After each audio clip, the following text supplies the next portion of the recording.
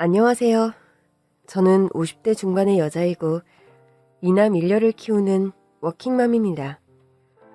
저희 남편은 원래 화장품 관련 중소기업에 오래 다녔는데 최근 정리해고를 당해서 아파트 경비 일을 하고 있어요. 원래 평범한 가정주부였던 제가 억척스러운 워킹맘이 될 수밖에 없었던 직접적인 이유이기도 하죠. 여보, 평생 살림만 하던 사람이 돈벌이 하는 거 쉽지 않을 텐데 당신은 그냥 집에서 쉬어. 여보, 우리 집에 지금 대학생이 자그마치 셋이에요, 셋.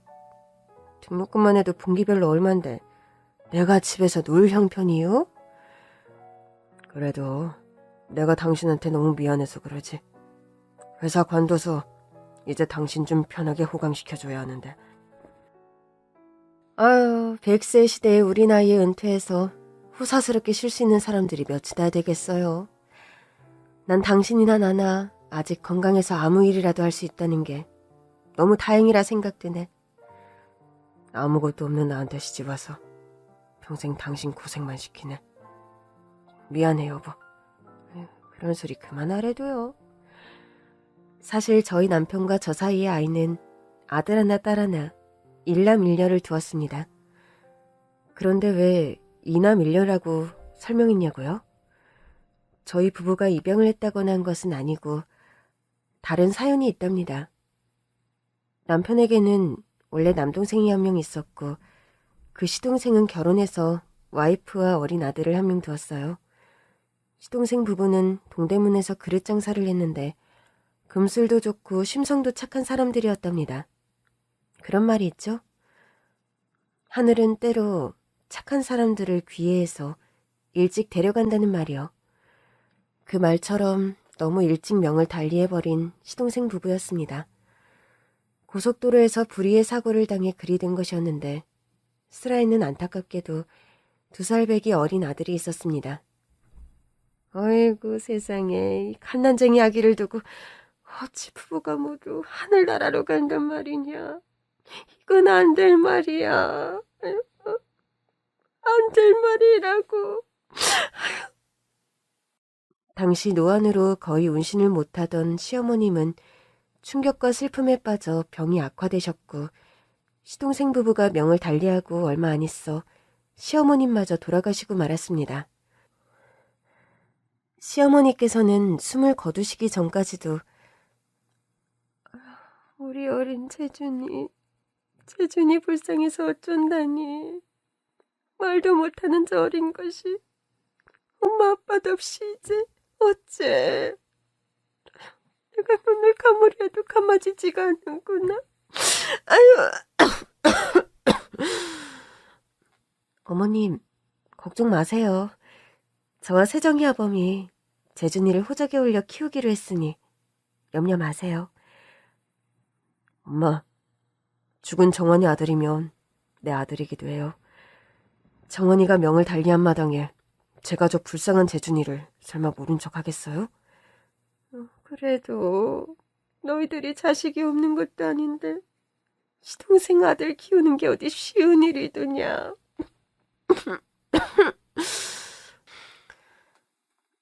어머님, 아무리 시동생 아들이어도 시동생 내외가 없는 마당에 저 불쌍한 아이를 내칠 만큼 저 모진 사람 못 되어요. 그리고 인연이 이리 되려고 해서 그런지 저 재준이가 너무 귀엽고 사랑스럽고 이제는 제 아들 같아요. 그러니 어머니, 재준이 걱정은 너무 하지 마세요. 재준이 장가 갈 때까지 저희 내외가 사랑으로 잘 키울게요. 아이고, 우리 며느리 심성이 이리 고왔더냐, 응?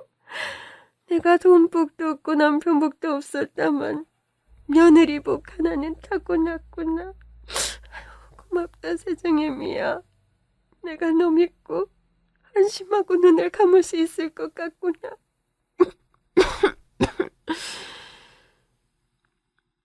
폐암 투병을 하시느라 기침 때문에 호흡이 힘드셨던 시어머님께서는 그런 말씀을 남기고 눈을 감으셨습니다.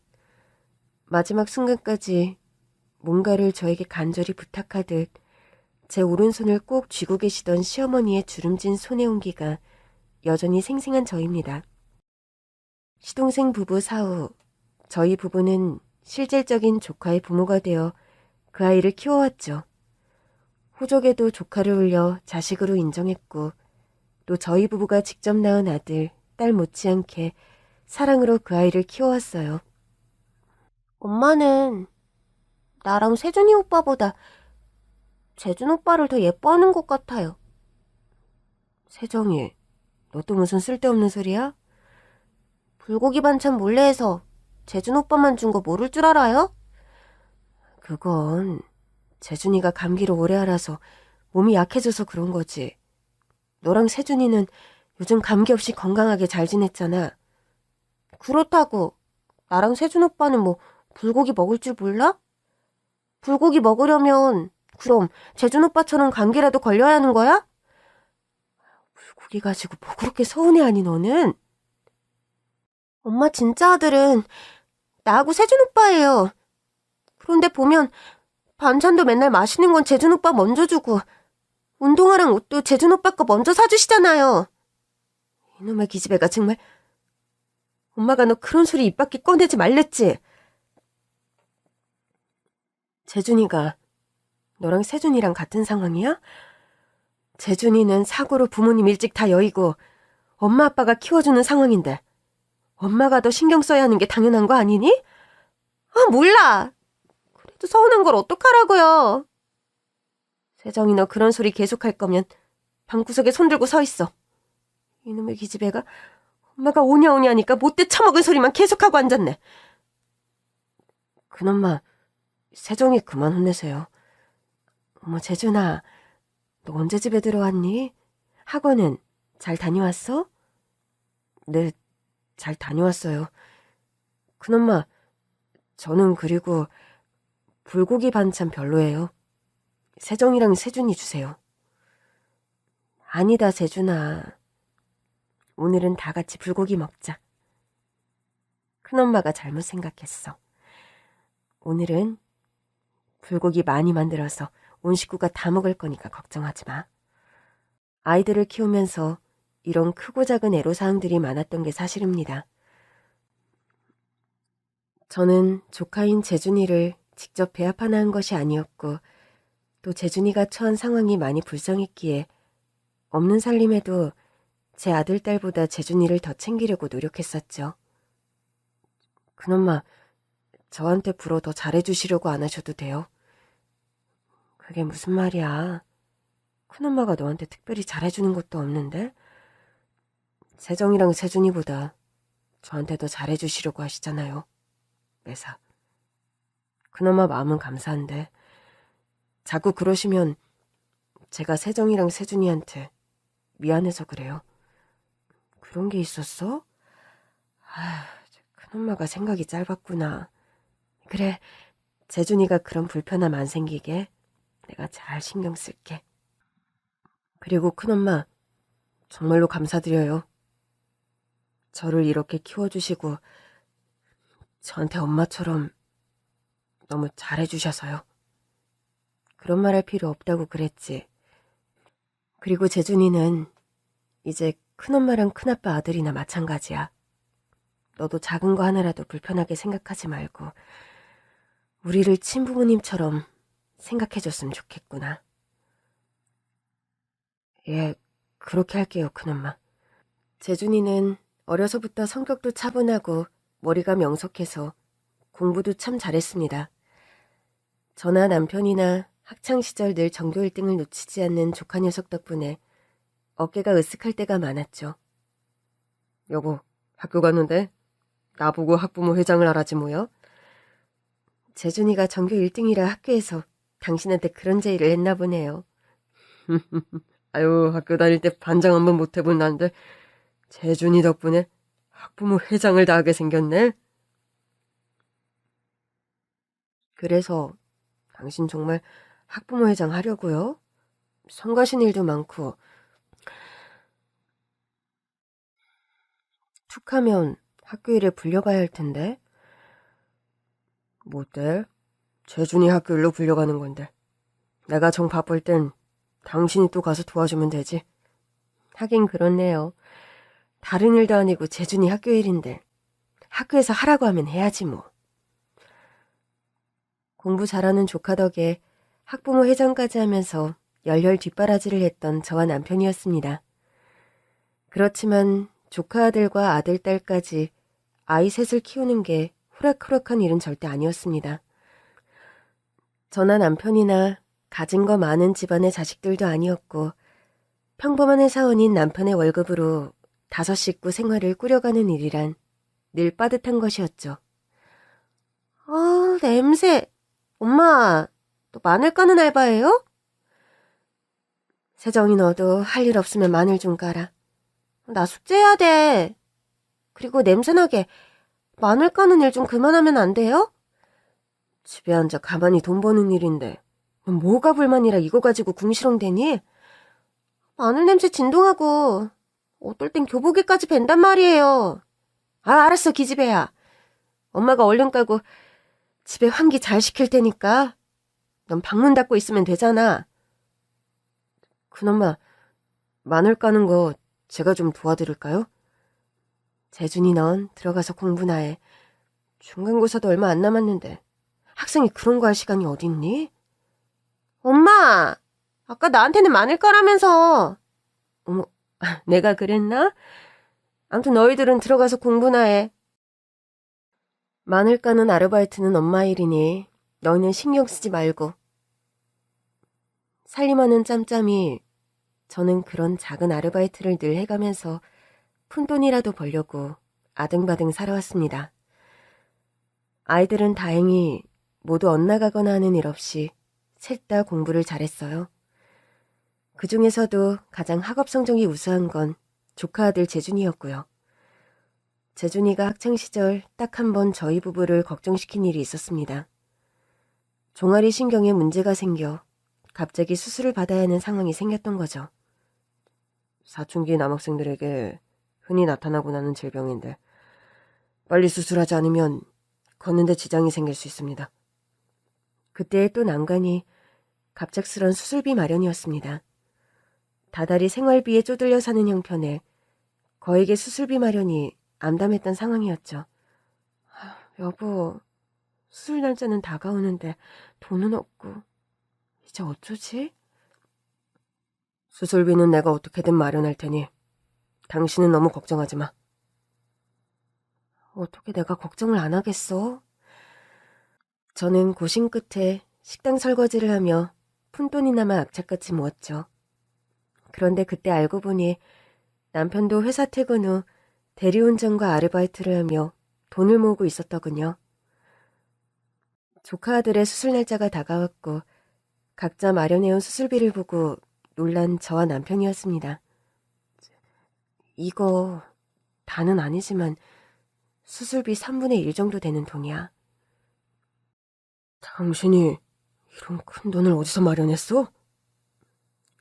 사실은 수술비 걱정돼서 식당 설거지했어, 요즘. 애들 학교 보내고 나서. 여보, 나도 나머지 금액 마련했어. 남편이 퇴근 후 쉬지도 못하고 그 고생을 해가며 수술비 마련한 것을 알고 저는 마음이 울컥하더군요. 어쩌다가 저희 대화를 조카가 들은 모양이었고 아주 오랜 시간이 지난 후에 그런 말을 하는 조카 아들이었습니다. 제가 중학교 때 갑자기 다리 수술을 하게 됐을 때요. 큰엄마랑 큰아빠께서 몰래 아르바이트 하시며 돈 마련하셨다는 거 알고 저 너무 죄송하고 감사했어요. 재준이 네가 그걸 어떻게 알고 있었니? 병원에 수술한다고 입원하기 전날이었는데 겁도 나고 걱정도 되어서인지 잠이 잘 안 오더라고요. 밤에 잠자리에서 뒤척이다 물 마시러 나왔다가 안방에서 두 분 말씀하시는 거 저 들었어요. 그랬구나. 죄송할 건 뭐야? 다리에 이상이 생겨서 수술하는데 나랑 큰아빠가 병원비 마련하는 거야 당연한 건데. 그때 큰엄마 어깨도 한참 안 좋을 때였잖아요. 저 때문에 파스 붙이고 병원 다니면서 설거지 일 하신 거 알고 제가 얼마나 죄송했는데요. 조카 아들은 저희 부부에게 늘 그런 마음을 품고 학창시절을 보낸 모양입니다. 그래서인가 재준이는 철이 빨리 들었고 저희 속을 한 번도 썩이는 일이 없었어요. 세준이, 세정이, 저희 아들, 딸도 재준이만큼은 아니지만 공부를 꽤 잘했고 시간은 흘러 어느덧 세 아이가 모두 대학에 입학할 시기가 되었죠. 재준이가 이번에 대학 재수를 하게 됐는데 그 재수학원비랑 세준이 등록금을 어떻게 마련하지? 나도 그게 걱정이에요, 여보. 세정이는 그래도 아직 2년 남았는데 재준이하고 세준이 같이 입시 준비하러 대학 보내려면 현실적으로 답이 안 나오네. 엄마, 아빠, 어차피 재준이 형 재수하게 됐는데 저까지 지금 시기에 대학 가는 거 무리인 것 같고 저 그냥 군대부터 다녀올게요. 뭐라고? 네가 갑자기 군대를 왜 가? 엄마, 좀 있으면 세정이도 대학생 될 텐데 현실적으로 우리 3명이 다 대학 다니는 거 지금 형편으로 무리잖아요. 세준아, 네 마음은 알겠다만 이건 네가 걱정할 문제가 아니야. 너희들 대학 등록금은 어떻게든 엄마 아빠가 마련할 거니까 넌 그냥 공부나 열심히 하면 된다. 엄마 아빠, 저 두 분이서 하는 대화 다 들었어요. 저는 군대 다녀와서 다시 입시 준비해도 상관없어요. 아직 어느 대학 어느 과를 가야 할지도 잘 모르겠고. 제가 군대 간 동안 재준이 형 대학 가고 그 사이 엄마 아빠도 좀 학비 부분에서 숨통 트이시면 한결 낫잖아요. 그래도 형편 때문에 네가 군대를 빨리 간다는 게 엄마는 그게 마음에 걸린다. 엄마, 걱정하지 마세요. 제가 아예 대학을 안 간다는 게 아니라 군대 다녀와서 제 진로도 좀 차분히 더 생각해 본 다음에 대학 간다는 거잖아요. 저희 큰아들은 서울법대를 재수하는 조카 아들과 집 형편을 고려해서 고등학교를 졸업하자마자 군입대를 지원했습니다. 남편과 저는 아들아이의 속내를 알고 있었기에 너무 미안한 게 사실이었죠. 조카 아들 역시 세준이에게 미안해하기는 마찬가지였습니다. 세준아, 형이 정말 미안하다.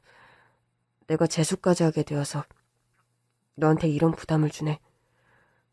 아니야, 형. 형이 대학을 갔다고 해도 내가 동시에 연이어 대학생 되는 거 지금 우리 집 형편에 무리잖아. 형이 되어가지고 자꾸 너랑 세정이만 희생하게 하는 것 같아서 마음이 매번 무겁다. 형이 나중에 돈 벌면 너하고 세정이한테 이 은혜 꼭 다 갚을게. 형, 제발 그런 소리 하지 마. 형도 우리 가족인데 그런 말 안 했으면 좋겠어. 어른스럽게 조카 아들을 다독이며 군대에 자원 입대한 아들이었습니다. 아들은 무사히 전역을 했고 뒤늦게 수능 시험을 치른 뒤 원하는 대학에 합격도 했죠. 아들이 군대까지 일찍 가면서 시간을 벌어줬어도 저희 가정경제 상황이 빡빡한 것은 매한가지였습니다. 막내딸인 세정이까지 사립여대를 다니다 보니 매학기 등록금을 내느라 저와 남편은 허리가 휠 지경이었죠. 집 담보로 대출 받은 것도 한계치고 이제 정말 어찌해야 할지 모르겠군.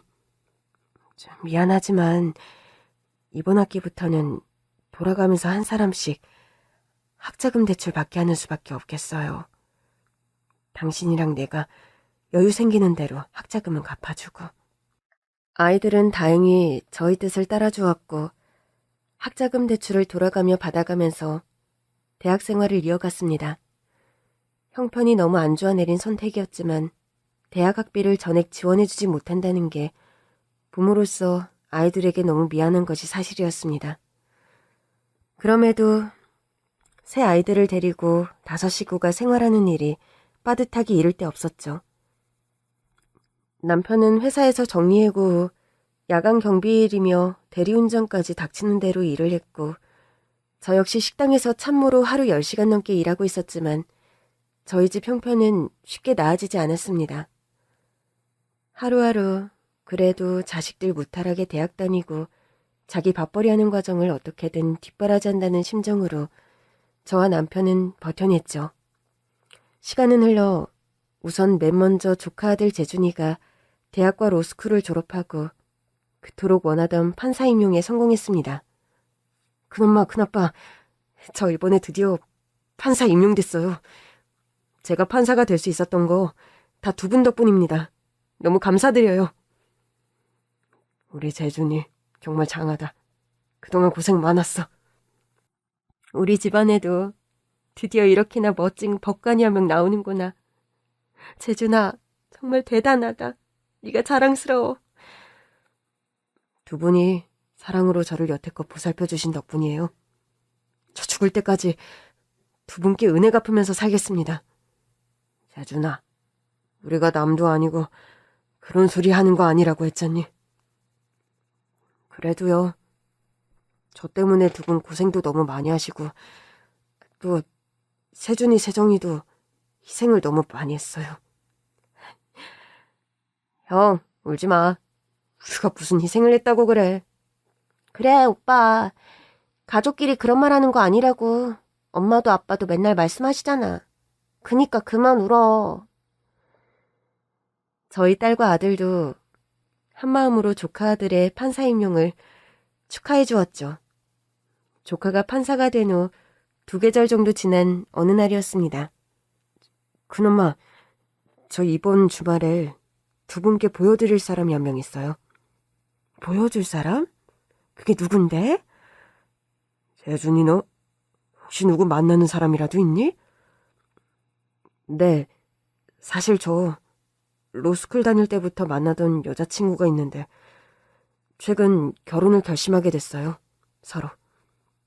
두 분께 먼저 보여드리고 양가 상견례도 가졌으면 해서요. 우리 재준이가 벌써 장가갈 때가 되었다니 감개가 무량하구나. 무튼 어떤 아가씨인지 궁금하구나. 직업은? 이름은? 고향은 어디고? 부모님은 뭐 하시는 분이니? 아유, 여보, 재준이 숨 넘어가겠어요. 제발 한 가지씩 물어봐요. 두 분이 이렇게까지 궁금해하실 줄 몰랐어요. 이름은 서영이고 직업은 변호사예요. 고향은 서울이고 아버지만 계신데 개인 사업 하신다고 하고요. 그 아가씨가 특별히 좋아하는 음식이라도 있니? 명색이 집에 처음 인사 오는 날인데 뭐 좋아하는 음식이라도 좀 해놓아야지. 그나마 괜히 힘드시게 그러실 필요 없어요. 처음 인사 오는 날이니까 그냥 간단하게 차나 한 잔 마시죠 뭐. 어머 얘는 다른 그냥 손님도 아니고 재준이 네가 결혼할 여자 데리고 오는데 어떻게 밥 한 끼 안 먹이고 달랑 차만 마시게 하고 보낸다니? 부담 갖지 말고 뭐 좋아하는지나 말해봐. 좋아하는 음식으로 준비를 해놔야 식사라도 맛있게 하고 갈 거 아니니. 저는 조카 아들이 결혼할 여자를 데리고 온다는 소식에 들뜬 마음으로 음식을 이것저것 만들었습니다. 한식을 좋아한다고 해서 갈비찜이니 잡채, 해파리 냉채에 나물무침 같은 음식들을 준비해서 예비 며느리를 기다렸죠. 조카 아들이 데리고 온 아가씨는 한눈에 봐도 참하고 아주 선해 보이는 인상이더군요. 게다가 직업까지 변호사. 재준이의 아내감으로 더할 나위 없이 잘 어울린다는 생각이 들었습니다. 아유, 세상에. 로스쿨 다닐 때부터 둘이 사귀었다면서? 여태 재준이가 집에 이런 방구 말 한마디가 없었네요. 좀 더 일찍 두 분께도 인사드렸어야 했는데 죄송합니다. 아니, 나는 그런 말이 아니고 우리 재준이가 아기였을 때가 엊그제 같은데 이렇게 결혼한다고 예쁜 아가씨를 다 데리고 오니까 감기가 무량해서 그래요. 그래, 재준이하고 결혼하기로 했다면서요? 결혼식은 언제쯤 올리려고 해요?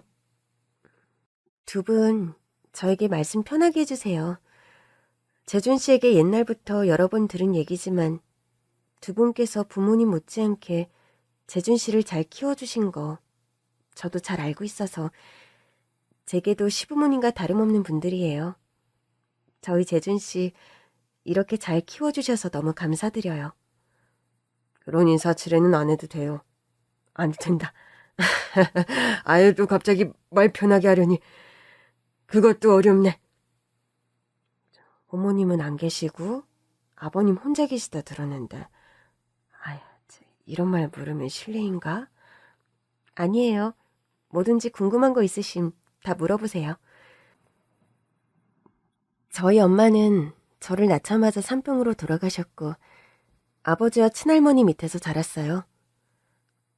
아유, 저런. 아버님은 개인 사업하신다면서요? 예, 헬스클럽을 체인으로 운영하시고 운동기구 판매 사업도 하세요. 그리고 참 실례가 안 된다면 오늘 저희 아버지가 두 분께 인사를 드리고 싶어 하시는데 가능할까요? 아버지께서? 상견례는 따로 하자고 했던 걸로 아는데. 물론 상견례도 정식으로 하겠지만 저희 아버지께서 두 분을 너무 빨리 뵙고 싶어 하세요. 만나보시면 알겠지만 그럴 만한 이유도 있고요. 그럴 만한 이유? 우리를 빨리 보고 싶어하는 특별한 이유 같은 게 있어? 큰엄마, 큰아빠, 일단 두 분께서 장인어른을 만나보시는 게 좋을 것 같아요. 실은 안 그래도 장인어른께서 지금 밖에서 기다리고 계세요. 뭐라고? 사돈될 분께서 밖에서 기다리신다고? 재준아, 아유, 그런 상황이었으면 네가 미리 말을 했어야지. 지금 그게 무슨 실례니? 안 그래도 빨리 말씀드리려고 했는데 대뜸 또 그런 말씀 드리면 놀라실 것 같아서요. 더 밖에서 기다리시라 하지 말고 얼른 네가 나가서 모시고 오렴. 네, 알겠습니다. 판사가 된 조카가 이번에 결혼하려고 한다면서 아가씨를 소개해준 이날 저희 집에는 역대급 반전이 찾아왔습니다. 그리고 그 반전의 서막은 조카 아들이 예비 장인을 저희 집안으로 데리고 들어온 순간부터 시작되었죠. 안녕하십니까. 제가 여기 서영이 아버지 되는 서민창이라고 합니다. 그리고 인사가 너무 늦어 죄송합니다. 조카 아들의 예비 장인은 갑자기 저희 남편 얼굴을 보더니 오해를 터뜨리기 시작하는 겁니다.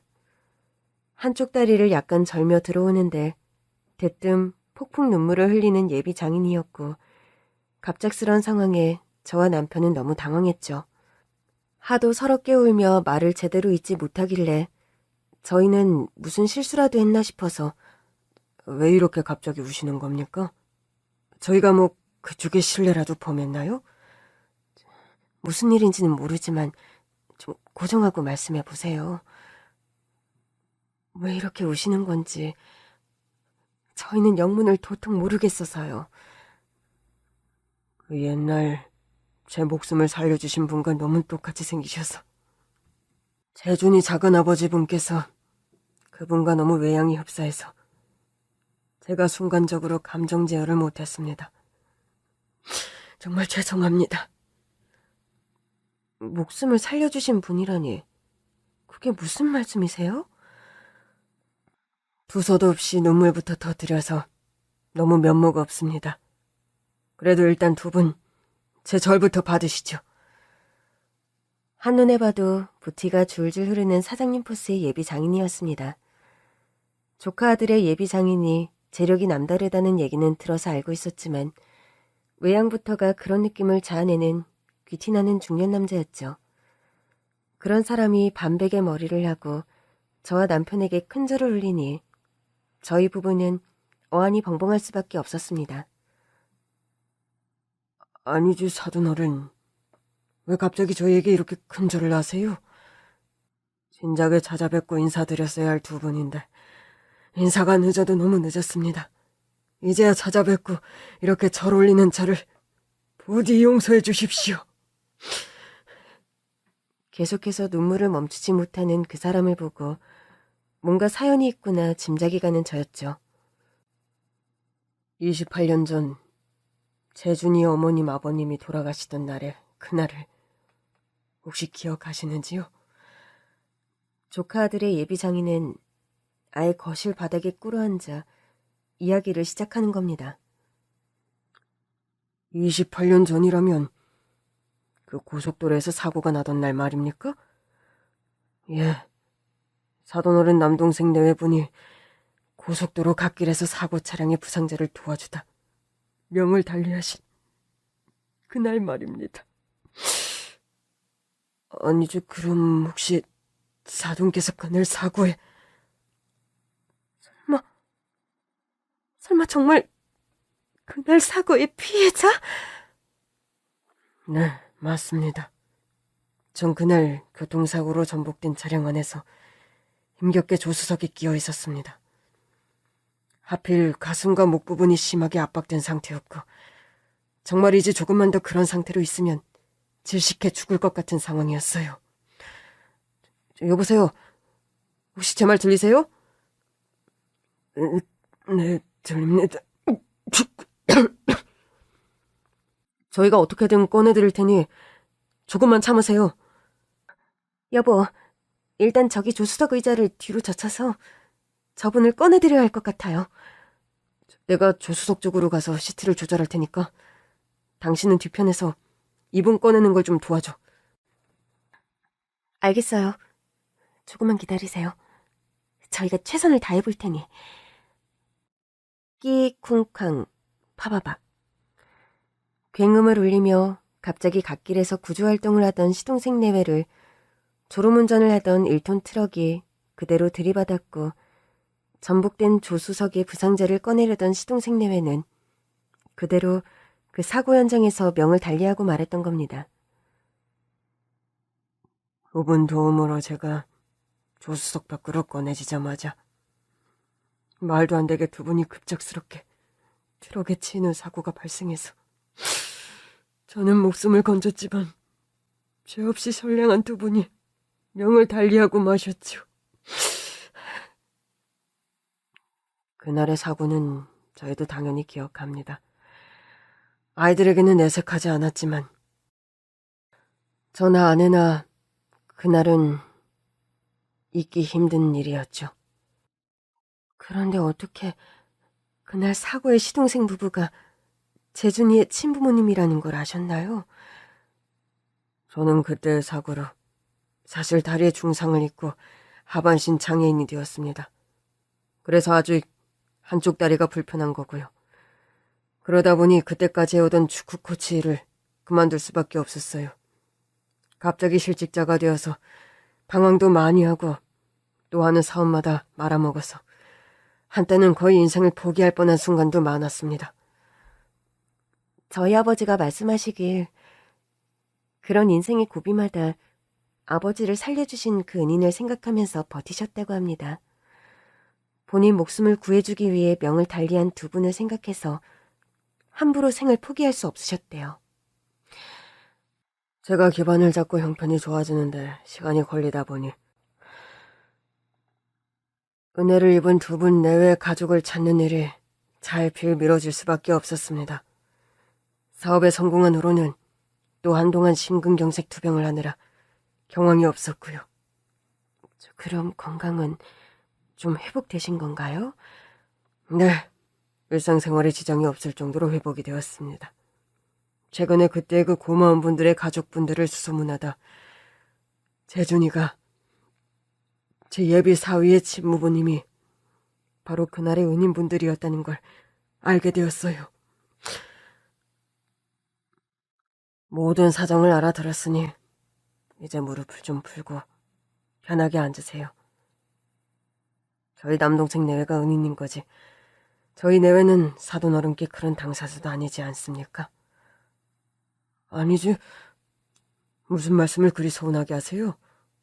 그분들 내외가 하늘나라에 계신 마당에 제가 은혜를 갚을 당사자는 바로 사돈어른 내외십니다. 게다가 그분들 아들인 재준이를 친아들 못지않게 키워주셨다는 거 다 들어서 알고 있습니다. 거듭 고개를 조아리며 저와 남편에게 간곡하게 감사 인사를 하는 사돈이었습니다. 알겠습니다. 사돈어른 뜻은 충분히 알겠으니 제발 좀 편하게 앉아 이야기하시지요. 다리도 불편하신 분이 그렇게 계속 꿇어 앉아 계시는 게 저희가 너무 죄송해서 그럽니다. 그 말에 사돈어른은 겨우 바닥에 꿇어앉아 있던 다리를 풀고 자리에서 일어서더군요. 다시 한번 감사드리고 죄송합니다. 제 목숨을 버리고 저를 구해주신 그 백골난망의 은혜를 잊고 이제야 찾아뵙게 되어서 너무 죄송하고 그분의 아들인 재준이를 이리 훌륭하게 키워 저희 딸의 배필로 허락해 주셔서 정말로 감사드립니다. 그렇게 말하면서 한참이나 고개를 수그리고 조아리는 예비 장인이었습니다. 눈물바다와 우여곡절의 상견례가 끝난 뒤 남편과 저는 오랜만에 소주잔을 함께 기울였어요. 세상에, 살다 보니 이런 기막힌 우연이 다 있군. 그러게요. 서방님 내외 그날 사고로 허망하게 하늘나라로 떠나고 재준이를 우리 아들로 삼아 열심히 키우다 보니 그날 사고를 솔직히 머릿속에서 좀 잊고 있었는데. 그러게 말이야. 이런 식으로 그날의 당사자를 만나게 될 줄은 꿈에도 몰랐어. 나도 그래요.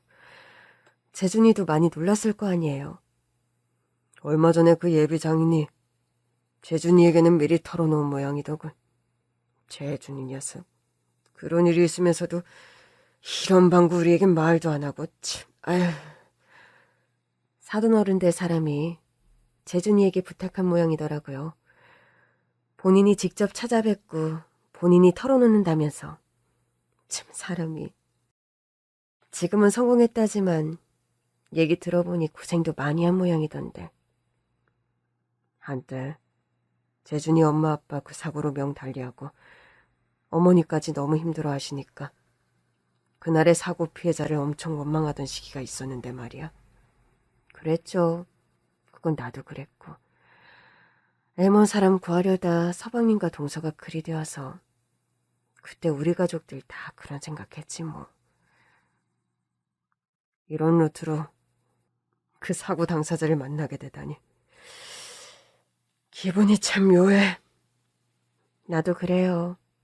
인연도 보통 인연이 아닌 것 같고 이걸 악연이라기도 그렇고 물하기도 그렇고 참.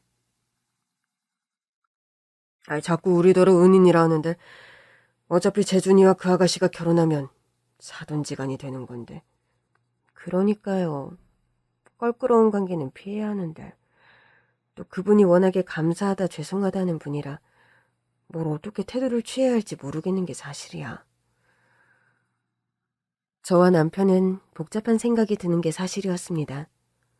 원수지간이라 할 수는 없었지만 그렇다고 기분 좋게 한 큐의 결혼을 허락할 만큼의 관계란 생각도 안 들었어요. 그렇다고 과거의 일로 재준이의 결혼을 반대한다는 것도 말이 안 되는 일인 게 분명했습니다. 재준이가 그 아가씨를 사랑한다니. 일단 그 사실에 집중하고 두 사람의 뜻을 존중해서 따르자고. 나도 당신과 같은 생각이에요. 남편과 저는 오랜만에 소주 한 병을 함께 비우고 복잡한 심경을 달래며 잠자리에 들었습니다. 다음 날이었어요. 조카 아들의 예비 장인이 저희 부부를 또 찾아온 것은. 아니, 사돈어른, 집에는 또 어쩐 일이세요?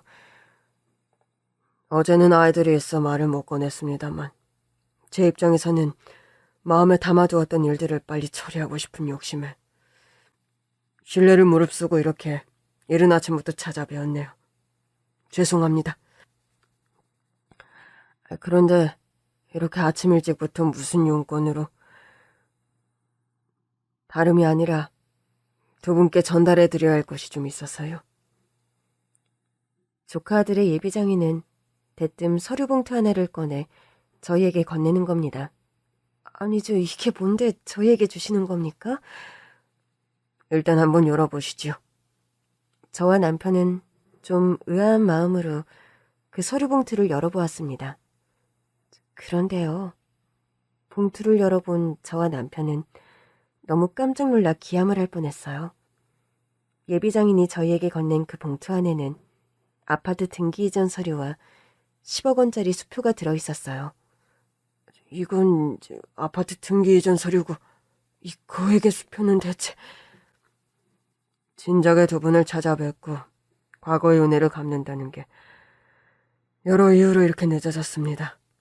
부디 저의 성의를 받아주십시오. 아무리 그래도 이건 너무 과한 처사가 아닙니까? 아파트와 10억 원 수표라니요. 게다가 사돈어른 목숨을 구한 건 저희 부부가 아니라 명을 달리한 시동생 부부지 않습니까? 그 말은 제가 어제도 드렸지만 목숨을 던지고 저를 구해주신 그분들은 지금 세상에 안 계시지 않습니까?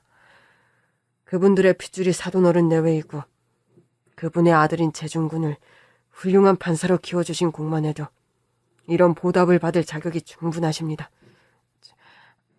아무리 그래도 저희 동생 내외 목숨값이지 저희가 받을 일은 아닌 것 같습니다. 남편의 완강한 거절의 말에 갑자기 또 거실 바닥에 무릎을 꿇는 예비 장인이었습니다. 제발 부탁드립니다. 이번 생에서 제가 받은 은혜를 최선에서라도 이만큼이라도 갚을 수 있게 해주십시오. 제가 가지고 온 아파트와 10억, 물론 큰 돈이고 큰 선물입니다. 허나 그렇다고 해서 재중군 부모님이 살아 돌아온답니까? 그건 아니죠. 그러니 저희 입장도 저를 구한다고 명을 달리한 두 분 목숨값에 비하면 제가 가져온 아파트와 현금은 솔직히 세 발의 피입니다. 마음 같아서는 더 거한 보답을 해드리고 싶지만 두 분이 부담스러워하실 것 같아 이 선에서 제가 준비한 것입니다.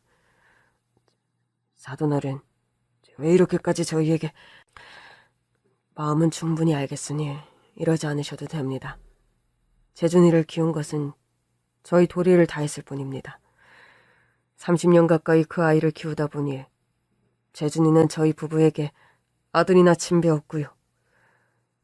재중군에게 두 분에 관한 이야기는 많이 들었습니다. 두 분께서 슬아의 남매와 재중군까지 키우느라 얼마나 고생하셨는지도 다 들어서 알고 있고요. 자식 키우며 고생 안 하는 사람이 세상 천지 어디 있답니까? 저희 역시 자식 낳아 기르며 부모된 자리를 다 하려고 아등바등 남들처럼 살아온 것 그 이상 그 이하도 아닙니다. 네네, 두 분 말씀이 다 맞아요. 그렇지만 제발 제 입장도 좀 헤아려 주십시오. 저는 28년 전의 사고로 보시다시피 한쪽 다리를 잃었습니다. 그 후로 제가 거쳐야 했던 방황은 말할 나위도 없이 참혹했어요. 예비장인은 가진 거 없는 가난한 집안의 장남으로 태어나 체육학과를 졸업한 뒤 축구 코치로 일했다고 합니다. 체육교사 시험을 준비하던 중 불의의 교통사고를 당했고 저희 시동생 내외의 도움으로 기적처럼 목숨을 건졌지만 왼쪽 다리는 영구적으로 불구가 되어버린 거였죠. 다리가 불편해지는 바람에 원래 가려던 진로를 접어야 했고 그 좌절감이 엄청났다고 합니다. 저는 축구를 너무 좋아해서 현역 축구 선수를 지망했지만 가정 형편을 생각해서 안정적으로 체육교사 쪽으로 진로를 정한 상황이었죠. 그러다 다리가 불구가 되었고 그 후에 갖은 사업을 시도했지만 줄줄이 말아먹고 완전 폐인이 되다시피 해서 삶을 포기한 적도 있습니다. 그런 고비마다 다시 오뚜기처럼 일어나게 되었던 계기가 조카 아들의 신부감인 딸아이와 또 시동생 내외의 희생적인 그날의 은혜 때문이었다는 겁니다. 저는 아직도 생생합니다. 재중군의 부모님이 돌아가신 날 그 장례식장의 풍경이요. 나이 든 노모께서 슬프게 흐느껴 우시고 또 사돈어른 품에서 곤히 잠든 2살배기 재중군의 얼굴이 저는 후에도 잊을 수 없는 장면으로 제 가슴에 박혀 있습니다. 무슨 말씀인지 다 알겠습니다. 사돈께서 의도한 일도 아니었고 제 남동생 내외가 그렇게 된 건 너무 안타까운 일이지만 그 역시 어쩔 수 없는 운명이었다는 생각도 들어요. 그 애들은 심성이 착해 평소에도 어려움에 빠진 사람들을 보면 그냥 지나치지 못하는 성정이었어요. 그날의 사고는 그 애들다운 선택에 의한 좀 불행한 결과였던 거고요. 그러니 과거의 일에는 이제 그만 괴념치 않으셨으면 합니다. 그래요, 사돈어른. 이렇게 재준이와 따님이 부부의 연을 맺게 된 걸 보면 하늘에서도 시동생 내외가 이제 그만 힘들어하라고 사돈어른께 그런 메시지를 전달하는 것 같기도 해요. 그러니 제가 마음의 짐을 조금이라도 덜 수 있도록 이번 한 번만 제 성의를 받아주십시오. 제가 이날 이때껏 죽을 고비를 넘겨가면서 이를 악물고 악착같이 사업을 키우고 돈을 열심히 번 것은 사람답게 은혜를 갚는 오늘 같은 날을 위해서입니다. 또다시 뜨거운 오해를 터뜨리는 예비 장인이었습니다. 그렇게 흐느끼는 예비 장인을 꼭 끌어안아주는 남편이었고요. 저희 부부는 고민 끝에 결국 예비 장인의 뜻을 받아들이기로 했어요. 사실 저희 집 가정경제가 말 못할 정도로 힘든 것은 사실이었습니다. 대한민국 사회에서 아이 셋을 대학 공부, 대학원, 로스쿨까지 공부시키는 데에는 중산층 가정이 버텨내기에 버거운 경제적 뒷받침을 필요로 하는 것이 현실이니까요. 저와 남편은 아이들이 공부를 마치고 당당한 사회인이 되는 것을 목표로 집도 팔고 예금도 헐고 심지어 최근엔 보험까지 헐어서 막내딸 공부를 뒷바라지 중이었어요. 이런 와중에 예비장인의 통 큰 보호는 저희 부부에게 큰 도움이 되었던 게 사실이었죠. 엄마, 우리가 갑자기 이사를 간다니 그게 무슨 말이에요? 옛날에 너희 작은엄마와 작은아빠가 돌아가신 얘기 엄마가 전에 한번 해준 적 있었지? 네, 알고 있어요. 사고 난 차량에 다친 사람 도와주시다 변을 당하셨다고. 그 사고 당사자가 재준 오빠 장인 될 사람이란다. 그리고 그 사람이 고맙다며 우리에게 준 선물이 아파트고. 뭐라고요? 엄마 그거 사실이에요? 무슨 이런 드라마 같은 일이 다 있어요? 그러게 말이다. 참 가끔 말도 안 되게 기막힌 일들이 일어나는 게 인생사라지만 우리 가족에 이런 일이 생길 줄은 엄마도 몰랐어. 엄마, 그래도 너무 다행이에요. 저희가 다 공부를 대학에 대학원까지 하느라 엄마 아빠가 고생을 너무 많이 하셔서 저나 오빠나 얼마나 죄송했는데요. 공부 잘해서 공부 오래 하는 게 뭐가 미안해. 엄마 아빠가 부족해서 그게 너희들한테 더 미안했다. 재준 오빠만 편애한다고 엄마 아빠한테 섭섭할 때가 많았는데 제가 모자랐어요. 엄마 아빠처럼 착하게 살아야 하늘이 알아서 이렇게 보답을 내려주나 봐요. 어이구, 우리 딸이 이제 철들었나?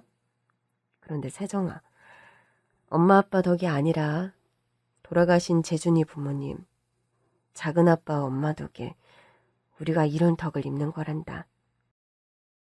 엄마 아빠도 재준 오빠랑 우리 키우느라 고생 많이 하셨는데 전 얼마든지 자격 있다고 생각하는데요. 우리 딸이 그렇다면 맞는 거겠지?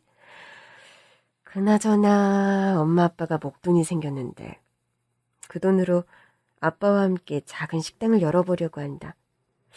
백반집이나 찌개집을 해보려는데 네 생각은 어떠니? 엄마표 집밥이 세상에서 제일 맛있으니까 백반집 어때요? 엄마가 우리 해주는 식으로 밥 반찬해서 팔면 백반집 대박 날 것 같은데요? 딸아이의 아이디어로 저희 부부는 새로 이사간 집 근처에 백반집을 개업하게 되었습니다. 큰 기대 없이 시작한 장사였는데 의외로 단골 손님들이 한둘 늘며 매출이 나날이 늘어가서 너무 다행이지요. 새로 이사간 아파트는 넓고 쾌적하게 아들과 딸, 남편이 모두 만족하며 행복하게 살고 있습니다. 세정이, 세준이 방 하나씩 주고도 안방에 서재까지 생기니까 부자가 된 느낌이네. 당신 평생 소원하던 서재 생기니까 그렇게 좋아요? 그걸 말이라고? 가끔 쉬고 싶을 때 나만의 공간에서 책 보는 게 로망이었는데 늙음하게나 가능할 거라 생각했는데 이렇게 빨리 이루어질 줄 몰랐어. 좋은 집에 살게 되어서 감사할 따름이죠 뭐. 재준이는 신혼여행에서 언제 돌아온대요? 아마 모레쯤 도착이라 들은 것 같은데? 조카 아들은 여자친구와 결혼식을 올리고 유럽으로 신혼여행을 떠났습니다. 신혼여행에서 돌아온 조카 아들 내외는 제일 먼저 저희 집에 인사를 왔더군요. 혼자 계신 아버지 먼저 찾아뵙고 인사를 드리지 그랬니?